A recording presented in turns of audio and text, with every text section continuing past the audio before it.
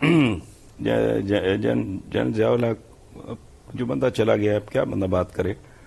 میری اسیسمنٹ ہے کہ وہ اورنگزیب عالمگیر کا ظاہر ہے جب صدیوں کا فاصلہ ہو بیسیکلی اس کا ہی ایک جدید ایڈیشن تھا. میں اس کی نیت پہ شک نہیں کرتا، حالانکہ اگر کوئی یہ کہے تو میں اسے ڈس ایگری نہیں کروں گا کہ وہ منافق تھا. اس نے بھی بے شمار ہماری تاریخ بھری پڑی ہے، اسلام کو استعمال کیا اپنے اقتدار کی طوالت کے لیے. کہانی شروع ہوتی ہے ذوالفقار علی بھٹو کی اپنی بے وقوفی سے. میرٹ زندگی میں بہت امپورٹنٹ. ایسی ہی غلطی پرویز مشرف صاحب کو لا کے میاں صاحب نے فرمائی تھی. اردو اسپیکنگ ہے فلاں نہیں ایٹم گانے میں، اسی طرح کا ایک پیکج ان کے ذہن میں تھا، باؤنس بیک کر گیا. اس طرح نہیں ہوتا. زندگی میں میرٹ ہے ہی اس لیے کہ وہی بہتر ہے. بہرحال وہ ضیاء الحق کی اپوائنٹمنٹ کے خط پہ جو دستخط کیے تھے وہ تو بھٹو صاحب اپنے بلیک وارنٹ پہ، ڈیتھ وارنٹ پہ دستخط کر رہے تھے. تو آدمی تو اس کی وجہ ہے کہ اورنگزیب عالمگیر ٹھیک ہے، میں وہ باتیں نہیں کرتا، وہ چلیں پاور پلے کا، وحشی پاور پلے کا حصہ ہوتی ہیں. وہ ٹریڈیشن ہے ہماری صدیوں سے، انفارچونیٹلی بنو امیہ سے پہلے سے شروع ہو گئی ہے. ہمارے خلفاء کے خلاف سازشیں ہوئیں، باہر کے لوگ نہیں تھے، اپنے ہی لوگ تھے، چھوڑیں اس کو. یہ اورنگزیب عالمگیر کے فیلئر کا سب سے بڑا ثبوت یہ ہے کہ اس کے جاتے ہی سب کچھ چلا گیا.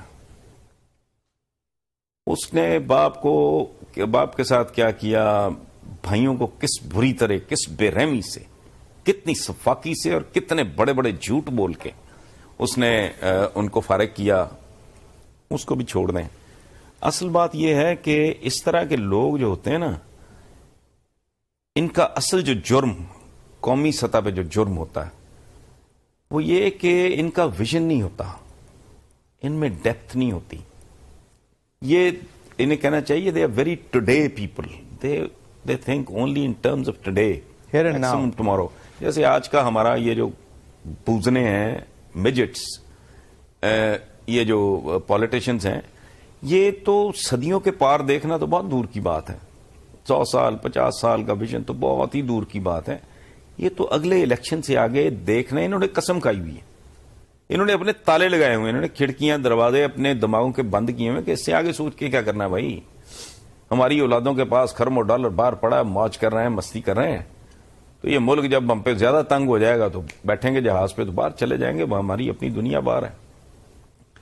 سو ان لوگوں میں جو ان میں شدید قحط ہوتا ہے، کمینی قحط ہوتا ہے ویژن کا، انٹلیکٹ کا.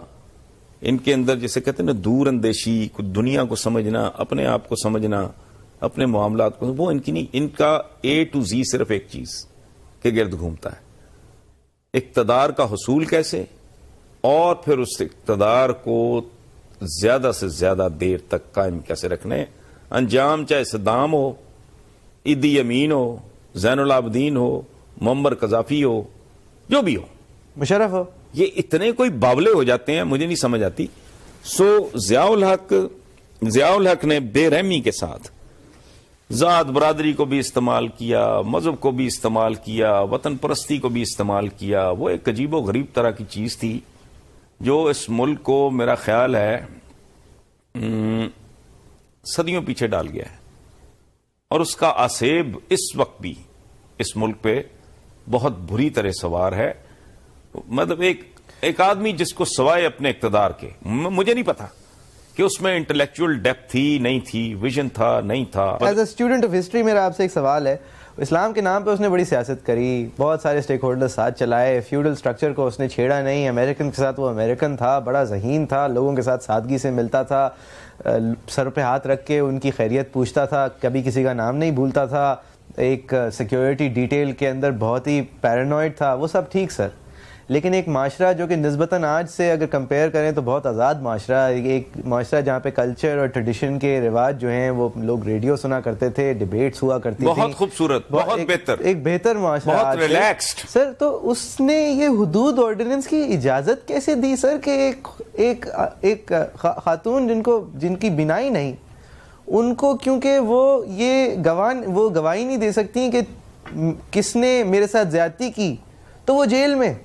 سر یہ معاشرہ کیا ہوا؟ مطلب کیا ہوا تھا آپ کی سوسائٹی کو, آپ لوگوں کی سوسائٹی کو, جو یہ ان صاحب نے ایسے ایسے جبر کر دیے؟ I am nobody to give a judgement. یہ بڑا سیریس معاملہ ہے. کسی انسان کے بارے میں بات کریں جو دنیا میں نہیں, یا تو وہ انتہا درجے کا بدنیت تھا یا انتہا درجے کا جاہل تھا, جس کا سارا فوکس اسلام کے ظواہر پہ تھا. اب ایک تو یہ ہے کہ میں گن پوائنٹ پہ آپ کو کہوں کہ نماز پڑھنی ہے, جو اس نے پڑھائی. یہ بیوروکریسی بھی بڑی خبیث چیز ہے. یہ بھی شیروانی پہن کے تو مسلح رکھ کے مسجدوں میں ادھر دفتروں میں بیٹھ گئے اور بڑی اداکاریاں کرتے رہے, اس کے جاتے ہی سارا کچھ فارغ ہو گیا. اچھا ایک تو یہ ہے کہ ایک آدمی معصومیت سے یہ بات کر رہا ہو کہ صرف نماز پڑھنے سے چینج آ جائے گی. نماز پڑھنے سے تو چینج نہیں آتی. نماز خود اینڈ نہیں ہے, it is a mean to achieve a lot of ends. اگر آپ میں ڈسپلن نہیں آیا, اگر آپ میں پاکیزگی نہیں آئی, اگر آپ میں کنسنٹریشن سپین نہیں آیا, اگر آپ میں نظم و ضبط نہیں آیا, یہ سارا کچھ پابندی اوقات نہیں آئی, آپ اندازہ لگائیں کہ جو بندہ 5 وقت نماز پڑھ رہا ہے اور کہیں وقت پہ نہیں پہنچتا, اس کا مطلب ہے وہ نماز کی روح سے واقف نہیں ہے. کوئی آدمی اس کی نیت بھی ناپاک ہے, اس کی آمدنی بھی ناپاک ہے, اس کا رویے بھی ناپاک ہیں, تو اس کا مطلب ہے نماز وہ پڑھ رہا ہے, اس کا مطلب ہے وہ نماز کے مفہوم سے واقف نہیں. اگر ڈسپلن نہیں ہے, ایک آدمی ہے وہ جانوروں کی طرح گاڑیاں چلا رہے ہیں, کوئی ادھر گھسا ہوا کوئی ادھر گھسا, کوئی. اسلام حسن کا نام ہے, اسلام خوبصورتی کا, ترتیب کا, توازن کا, اعتدال کا, میانہ روی کا. یہ حسن آخر ہے عقائد کے اور نظریات کی دنیا کا حسن آخر ہے اسلام.